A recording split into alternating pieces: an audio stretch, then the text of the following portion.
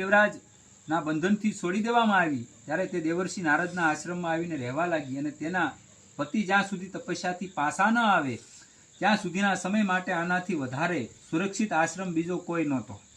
કેમ કે સંતના આશ્રય કોઈ રહી જાય ત્યાં કોઈની તાકાત નથી કોઈને મારી શકે.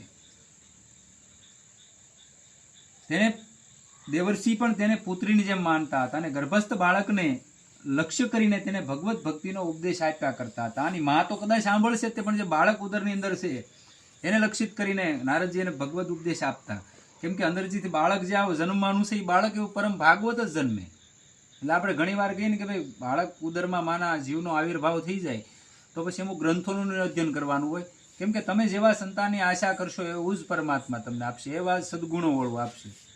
પણ હવે આપણે પહેલેથી જ કોઈ દિવસ પાનું જ ન ઉસકાવ્યું હોય તો પછી તો એ આપણે વિચાર કરી જ લેવાનો શું આવવાનું છે.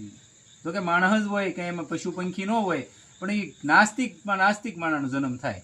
અને આપણે જોઈએ છીએ કે આજના સંતાનો જે માણસ પહેલાના આપણે જોઈજો ગઢિયા કે ભાઈ માલને ન મૂકવા જતા ગૌશાળામાં, આજનું સંતાન પોતાના મા બાપને મૂક્યા. આનાથી મોટું દુઃખદ ઘટના કઈ હોય?